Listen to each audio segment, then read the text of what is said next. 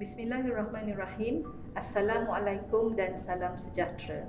Saya Dr. Rozita binti Zakaria adalah seorang pakar perunding perubatan keluarga yang bertugas di Klinik Kesihatan Putrajaya Persila 18, merangkap Ketua Perkhidmatan Perubatan Keluarga Kementerian Kesihatan Malaysia.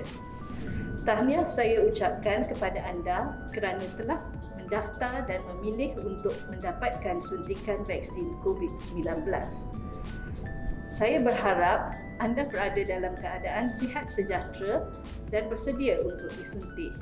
Jadi, pada hari ini saya akan memberi taklimat ringkas berkenaan vaksinasi COVID-19 sebelum anda memberi persetujuan untuk suntikan tersebut. Pertama, saya pasti anda sudah pun mengetahui bahawa vaksin COVID-19 diberikan untuk mengawal penularan penyakit COVID-19. Bagaimana?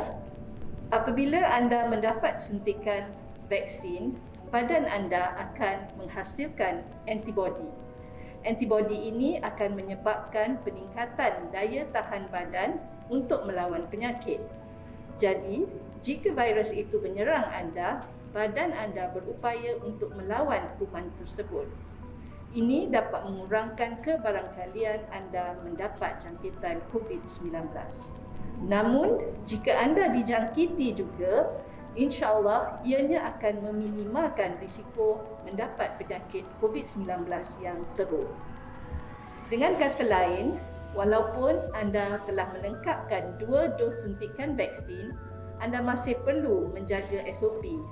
Semasa berada di luar rumah, pastikan anda memakai pelitup separuh muka, menjaga penjarakan fizikal dan mengamalkan pencucian tangan dengan air dan sabun atau cair pembasmi kuman iaitu hand sanitizer. Dengan pengambilan suntikan vaksin ini juga, anda sebenarnya telah menjalankan tanggungjawab yang sangat penting untuk menghasilkan herd immunity atau imuniti kelompok. Semakin ramai orang mendapat vaksinasi, semakin ramai penduduk membentuk antibodi dan seterusnya secara tidak langsung keadaan ini boleh melindungi golongan yang berisiko atau kelompok yang tidak layak menerima vaksin. Pada hari ini, anda akan diberi suntikan vaksin COVID-19. Untuk makluman, bilangan vaksin yang ada di Malaysia telah bertambah kepada 5, iaitu daripada Pfizer, Sinovac, AstraZeneca, Janssen dan CanSino Bio. Anda tidak dibenarkan untuk memilih jenis vaksin yang akan diterima. Vaksin akan diberi mengikut bekalan stok vaksin yang ada dan bukan mengikut pilihan. Para petugas di pusat pemberian vaksin akan memaklumkan kepada anda nama vaksin yang akan disuntik. Jangan bimbang kerana kesemua vaksin adalah selamat dan berkesan. Walau bagaimanapun, pengambilan vaksin COVID-19 ini mungkin akan menimbulkan reaksi atau kesan sampingan. Kesan sampingan yang telah dilaporkan adalah ringan dan bersifat sementara. Antara kesan sampingan ringan yang kerap dilaporkan adalah seperti sakit di tempat suntikan, letih, sakit kepala, sakit otot, menggigil, sakit sendi, demam, kemerahan atau pembengkakan di tempat suntikan, loya, merasa tidak sihat, pembengkakan kelenjar limfa dan kesan-kesan sampingan yang mungkin akan dilaporkan dari semasa ke semasa. Pun begitu, ada kemungkinan vaksin COVID-19 boleh menyebabkan reaksi alahan yang teruk. Tetapi hal ini sangat jarang berlaku.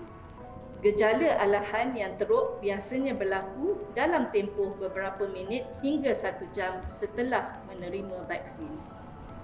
Oleh itu, setelah menerima suntikan vaksin COVID-19, anda perlu berada di ruang pemerhatian yang ditetapkan sekurang-kurangnya selama 15 minit.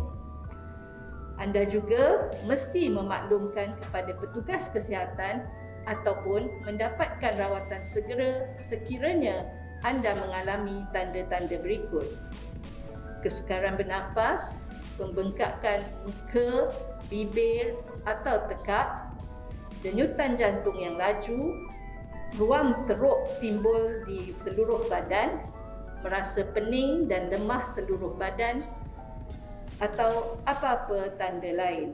Walaupun begitu, saya ingin tekankan di sini bahawa jika dibuat perbandingan, manfaat pengambilan suntikan vaksin adalah jauh lebih baik daripada risiko kesan sampingan yang timbul daripada pengambilan suntikan vaksin tersebut. Saya berharap anda berkeyakinan penuh bahawa usaha terbaik untuk anda menghindari dari mendapat jangkitan penyakit COVID-19 ini adalah dengan mengambil 2 dos suntikan vaksin yang diberikan nanti. Akhir sekali, saya berharap dan mendoakan anda sihat dan insya-Allah akan dilindungi dari penyakit COVID-19. Sekiranya anda mempunyai apa-apa soalan lanjut berkenaan vaksinasi, sila dapatkan konsultasi dengan pegawai perubatan yang bertugas di pusat pemberian vaksin ini.